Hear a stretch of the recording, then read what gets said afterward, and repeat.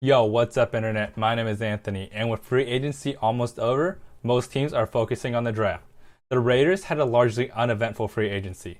The only starter that they signed is Jared Cook. The defensive side of the ball has been pretty much ignored. There are still some free agents available that they should sign, such as defensive tackle Jonathan Hankins, but let's just say that heading into the draft, the Raiders signed no more players. With that being said, here are the Raiders' top needs heading into the draft.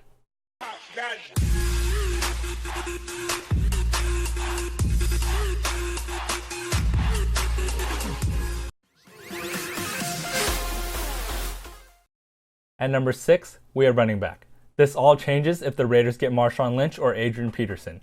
However, if there's one position that I trust McKenzie will be able to find later in the draft, it's running back. He has a proven track record of being able to find players without using high draft picks. This year's running back class is deep, but I can't imagine McKenzie spending more than a 4th round pick on a running back. The Raiders need a bigger power running back to shoulder the load. Richard and Washington are excellent scat backs who are excellent complementary pieces for the Raiders, but a big power back that can close out games and carry the ball 20 plus times would improve the team.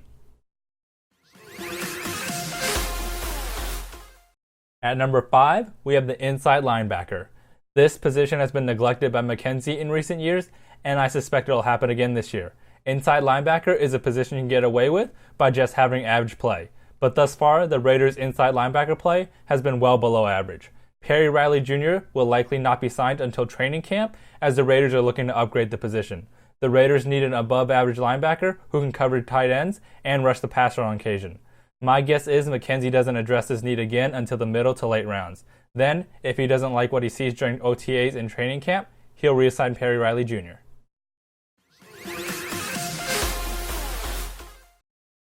At number 4, we have offensive tackle. Personally, I want an offensive tackle who has tremendous upside, but just needs time to develop.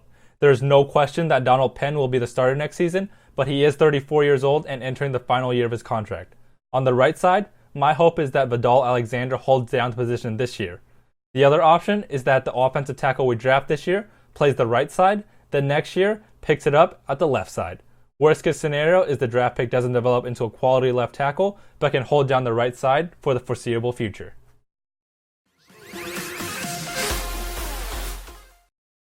At number 3, we have safety. This year's cornerback class is deep and talented, but the safety class isn't too bad either.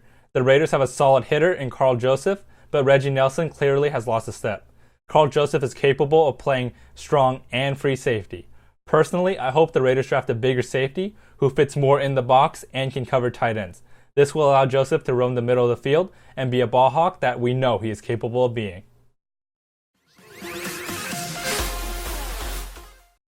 At number 2, we have cornerback. This cornerback class is deep and talented. Most years, these cornerbacks might be drafted in the first round, but due to the depth this year, many first-round graded cornerbacks will get pushed back into the second round. It's rare for a position as valuable as cornerback to have first-round talent slip, since they're usually overdrafted. The Raiders better get one of these talented corners. They have someone for whatever the Raiders want at cornerback. Many are big, fast, and athletic.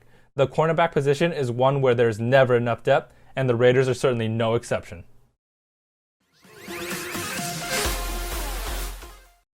At number 1, we have defensive tackle. I know that Mario Edwards Jr. and Jihad Ward can still potentially develop into quality defensive tackles, but man, would it be nice to get more upgrades. This defensive tackle class isn't that talented or noteworthy, but they have to try and upgrade it. The defensive tackles were pushed around in the run game and provided no pressure as a pass rusher. Jihad Ward, Dan Williams, Justin Ellis can all certainly bounce back, but I wouldn't mind a pick like Malik McDowell out of Michigan State.